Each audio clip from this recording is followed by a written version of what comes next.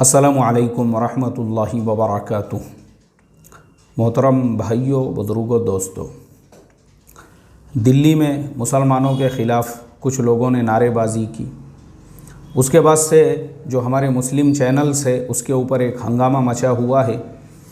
ऐसे ही social media के ऊपर भी मज़ामीन वग़ैरह और अखबारात के अंदर भी जो है सुर्खियों में वो ख़बरें लिखी जा रही है, जिसकी वजह से हमारी कौम के अंदर एक तशवीश है। चलिए आज हम इस केस को टेक्निकल एनालिसिस करते हैं और आप लोगों को उसकी एक एक जो पॉइंट है उसको क्लियर करके बताते हैं। देखो, सबसे पहली चीज़, इंडिया जो है ना, इंडिया हमारा जो मुल्क है जिसमें हम सांस ले रहे हैं, ये एक डेमोक्रेसी है। इस मुल्क के अंदर कोई भी किसी दूसरे मज़हब वाले के ख़िलाफ़ इस तरीक़े की नारेबाज़ी नहीं कर सकता, क्योंकि हम जिस मुल्क में रहते हैं, हमारे मुल्क में फ्रीडम है, फ्रीडम ऑफ स्पीच है, फ्रीडम ऑफ रिलीजन है।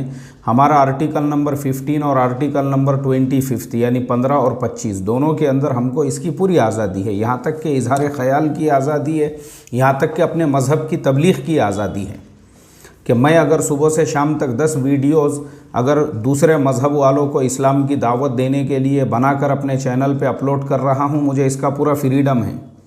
मैं अगर रोडों पे, रास्तों पे निकल के किसी को भी इस्लाम की दावत दे रहा हूँ, मुझे फ्रीडम है इसका, हमारे देश के कॉन्स्टिट्यूशन के हिसाब से।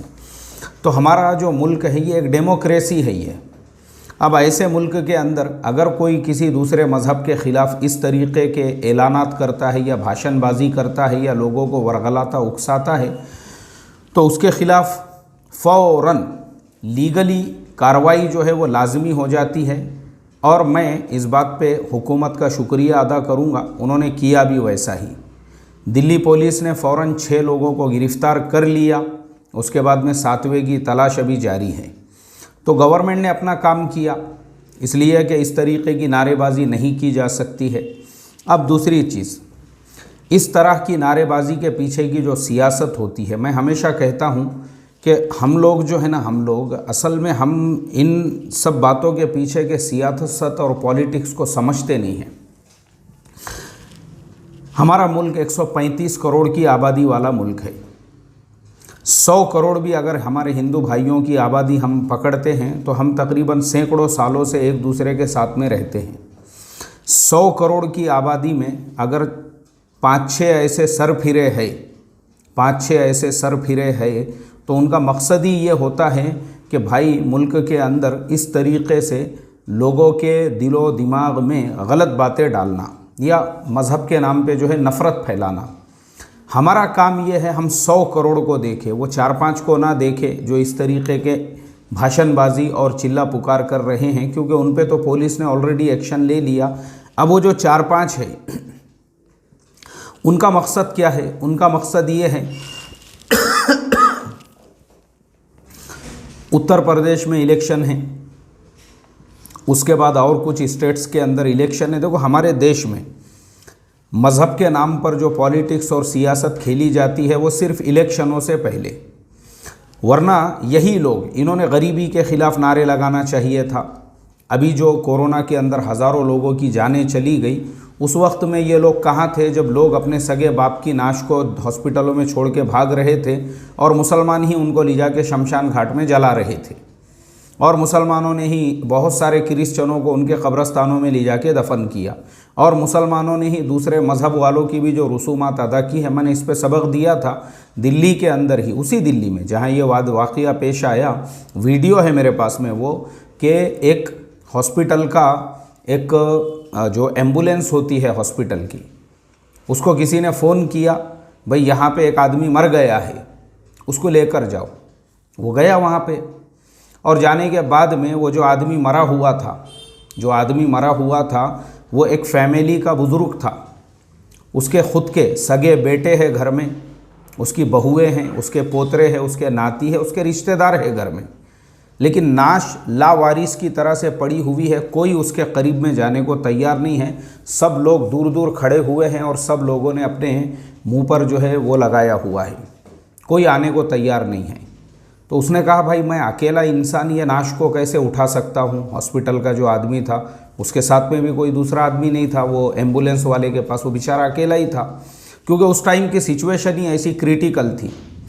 तो उसने क्या किया, वो रोड पे आया और बहुत देर तक उसने, वो वीडियो में उसके अल्फाज है कि बोले मैं 4 घंटे तक वो गली में महल्ले में लोगों से रिक्वेस्ट करता रहा, दरख्वास्त करता रहा, लेकिन लोग जो है ना अपने अपने बिल्डिंगों में, अपने अपने गैलरी में खाली बैठ के ऐसा देख रहे हैं मुंह को रुमाल लगा के कि पता नहीं किसके वहाँ कौन मर गया और किसकी लाश ले जाने के लिए एम्बुलेंस आई हुई है।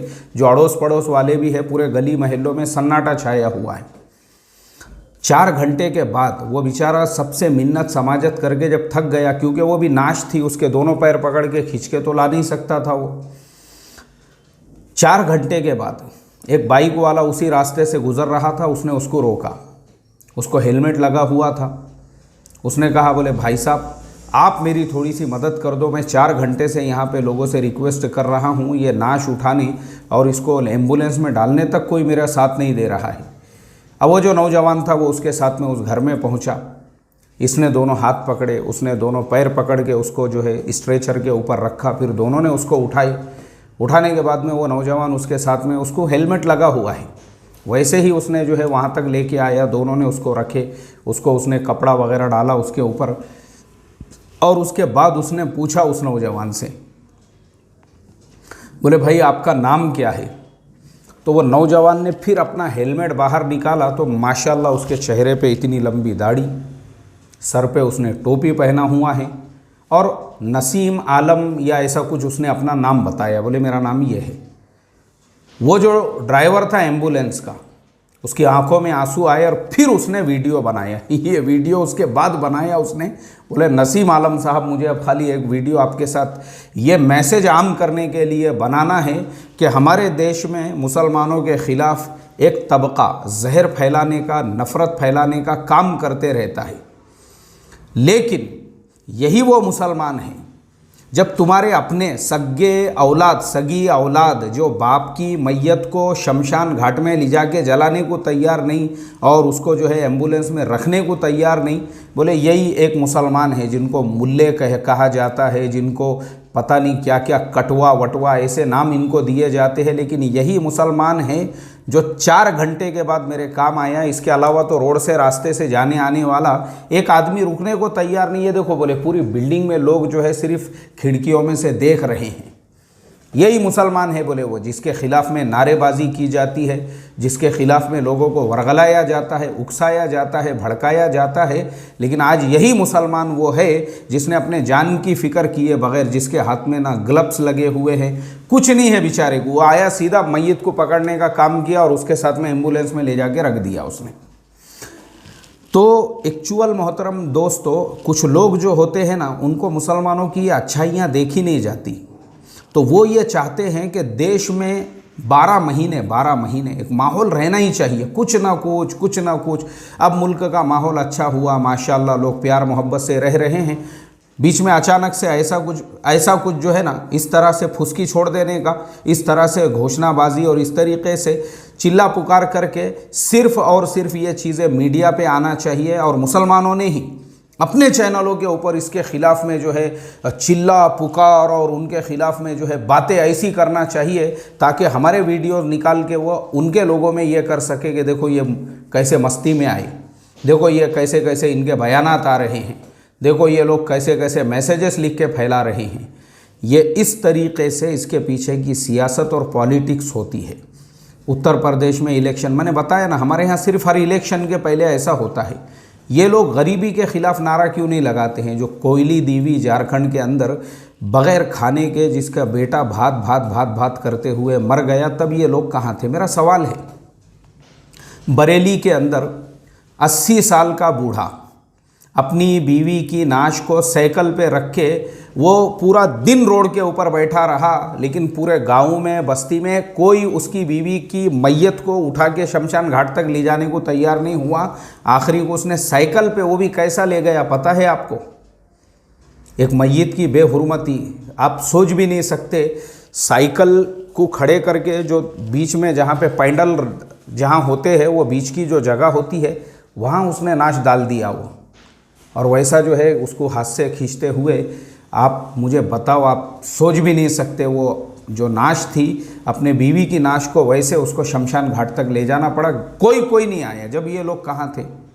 मेरा सवाल है, जो लाखों लोग दिल्ली से, बम्बई से और जगह जगह से जो यूपी बिहार जा रहे थे, और वो जो जीटी रोड है, जीटी जो रोड है, जिस रोड के ऊपर गाज़ियाबाद है और जिस रोड के ऊपर हापुड़ है, गढ़ मुक्तेश्वर है, अठसैनी है, और इसी तरह से लोनी वगैरह जो है ना, जो हाईवे पे जीटी रोड के ऊपर, वो जीटी रोड के ऊपर ये जो हापुड़ के लोग हैं, गढ़ मुक्तेश्वर के लोग हैं, अठसैनी वगैरह के जो लोग हैं, लोनी के जो लोग हैं, ये लोगों ने रोड पे आकर और वहाँ से लेके तो यूपी तक, बिहार तक जो है, मुसलमानों ने आके रोडों पे, रास्तों पे, जो रास्ते से गुज़रने वाले लोग थे, उनको उन्होंने फल फ्रूट तकसीम किए, उनके दरमियान में खाना तकसीम किए, उनके दरमियान में जो है उनको पानी की बॉटल्स तकसीम किए। तो मेरा सवाल है, ये उस टाइम पे ये नारेबाजी करने वाले लोग कहाँ थे? देखो, ये वो लोग हैं, ये ओरिजिनल में हिंदू धर्म के भी हमदर्द नहीं हैं। मैं आपको रियल में बताता हूँ, यानी मेरे अगर हिंदू भाई भी हमारे मेरी ये बात सुन रहे होंगे, क्योंकि अक्सर हमारे हिंदू भाई भी सुनते हैं, मुझे उनके फीडबैक भी मिलते हैं, तो अगर वो भी ये सुन रहे हैं तो उनको भी मेरा मैसेज यही है, ये लोग हिंदू धर्म के भी हमदर्द नहीं हैं। एक्चुअल में ये है सिर्फ अपने पेट के हमदर्द, पेट के, यानी इनको सिर्फ अपनी पॉलिटिक्स की दुकान चमकाना है हिंदुत्व के नाम पर, हिंदू मुसलमान करके, उसके अलावा कुछ नहीं है। अगर ये हिंदुओं के भी हमदर्द रहते थे ना, तो ये हमारे हॉस्पिटलों में खड़े हुए रहते थे लोगों की मदद के लिए, ये शमशानों के अंदर ले जाके लोगों को जलाने का काम करते थे, ये गरीबों के घरों पे अनाज पहुंचाने का काम करते थे। अभी जो बाढ़ आई है पूरे देश में, वो बाढ़ के टाइम पे ये उत्तराखंड जाते थे, ये हिमाचल जाते थे, और जहाँ जहाँ बाढ़ आई है वहाँ के इलाकों में जाके लोगों की मदद करते थे। हिमाचल में तो 99% आबादी हमारे हिंदू भाइयों की ही, हिमाचल प्रदेश में खाली 1% आबादी मुसलमानों की है। मुझे बताओ ना, जहाँ इतनी बाढ़ आई, पहाड़ पे से जो है पूरे हाईवे टूट गए, वहाँ पे गाड़ियों पे जो है मिट्टी गिर गई, गाँवों के ऊपर मिट्टी गिर गई, वहाँ पे इतना जो नुकसान हुआ जानी माली, उस वक्त में ये लोग कहाँ थे? तो खैर, अभी वक्त कम है, मुझे भी नमाज के लिए अभी ज़ोहर की जमात का टाइम हो रहा है। दो बातें मैं सिर्फ इतना बोलूँगा हिंदू भाइयों के लिए। मैसेज ये है कि देखो, पूरी दुनिया में भी हमारे हिंदू भाई रहते हैं, दुबई में भी रहते हैं, कतर में भी रहते हैं, कुवैत में भी रहते हैं, सारे मुस्लिम मुल्कों में भी हिंदू भाई रहते हैं, यूरोप वगैरह में भी मुसलमानों के पड़ोस में। लेकिन माशाअल्लाह हर जगह पे सब लोग अमन से, शांति से, पीस से रह रहे हैं। कभी किसी मुसलमान देश में ऐसे नारे नहीं लगे, बल्कि वो मुस्लिम देश जो 90% मुस्लिम आबादी वाले हैं, उन्होंने हमारे हिंदू भाइयों के लिए मंदिर बनाने के लिए भी जगह दे दी। हम सब जानते हैं इस चीज़ को। ऐसा हाल है मुस्लिम देशों के अंदर। अब हमारे देश में भी मुसलमानों को कोई तकलीफ़ नहीं है। मुझे तो यार फ़ख्र है मेरे भारतीय होने पर। मैं तो जब भी किसी देश में जाता हूँ तो अल्हम्दुलिल्लाह मुझे गौरव होता है अपने भारतीय होने पर। तो अल्हम्दुलिल्लाह हमारे अपने मुल्क में जो हमको फ्रीडम है, आज़ादी है, माशाअल्लाह सैकड़ों सालों से हम रह रहे हैं। इंशाअल्लाह आखिरी सांस तक हमारी कब्रें, हमारे बाप दादाओं की कब्रें, हमारे आने वाले नस्लों की कब्रें भी इस मुल्क में ही बनने वाली है। तो ये एक ही बात मैं कहना चाहूँगा हमारे अपने लोगों से भी कि खुदा के वास्ते ऐसे जो मैसेजेस वगैरह आते हैं ना, उनको फ़ौरन डिलीट मार देने का, उसको फॉरवर्ड करके मुझे आप बताओ इसका फ़ायदा क्या है। इसका फ़ायदा सिर्फ़ और सिर्फ जो मकसद है उनका मुसलमानों में डर और ख़ौफ पैदा करना और मुल्क में जो है मज़हब के नाम पे आने वाले इलेक्शनों के लिए रास्ता हमवार करना, इसके अलावा और कोई फ़ायदा नहीं है। सिर्फ वो अपने फ़ायदे में और अपने इसमें कामयाब हो रहे हैं प्लान में, और हम जो है उनके प्लान को कामयाब कर रहे हैं।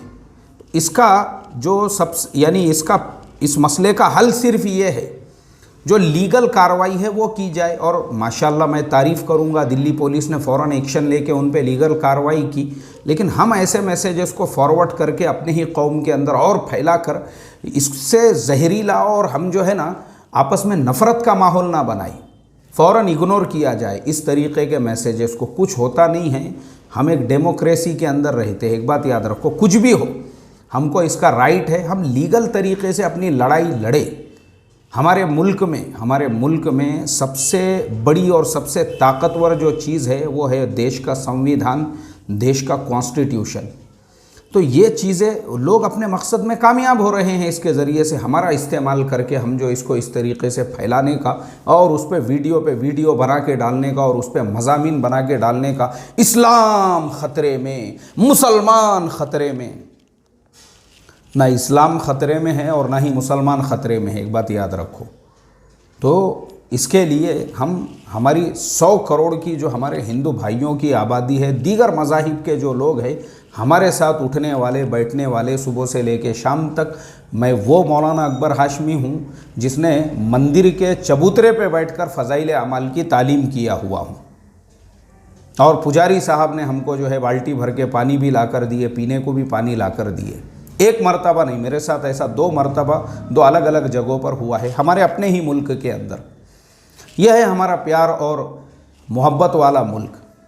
और कितने वाक़ियात मैं सुनाऊँ आपको इस तरीक़े के, जो सुनाने के लिए अगर हम बैठे तो इसके लिए हमारे यहाँ पे अक्सरियत जो है, अक्सरियत जिनके पड़ोस में हम रहते हैं, जिनके साथ हम उठते हैं बैठते हैं, वो हमारा रिस्पेक्ट करने वाले, हमसे प्यार मोहब्बत करने वाले, आज भी हमारे गाँवों में देहातों के अंदर मस्जिदों के बाहर मगरिब की नमाज़ के बाद हमारे हिंदू भाई बहनों की एक लाइन होती है जो सिर्फ़ नमाजियों से दुआ का पानी फुकाने के लिए आते हैं। और ये ऐसे 2-5 है, ऐसे 2-5 है, उनको इग्नोर किया जाए, नज़रअंदाज किया जाए। और इस मुल्क के अंदर हमको दावत के लाइन से जो मौक़े मिले हुए हैं, हम उनका इस्तेमाल करें और पॉजिटिविटी के साथ में अपने काम में लगे रहे। अल्लाह के नबी की भी ये हदीस है कि बातिल को अगर ख़त्म करना है तो उसका तस्करा ख़त्म किया जाए। अल्लाह हम तमाम को अमल की तौफ़ीक़ अता फ़रमाए। ज़ोहर की जमात का वक्त हो गया, साथी लोग खड़े हुए हैं बाहर मेरे लिए। अस्सलामु अलैकुम व रहमतुल्लाहि व बरकातुहू।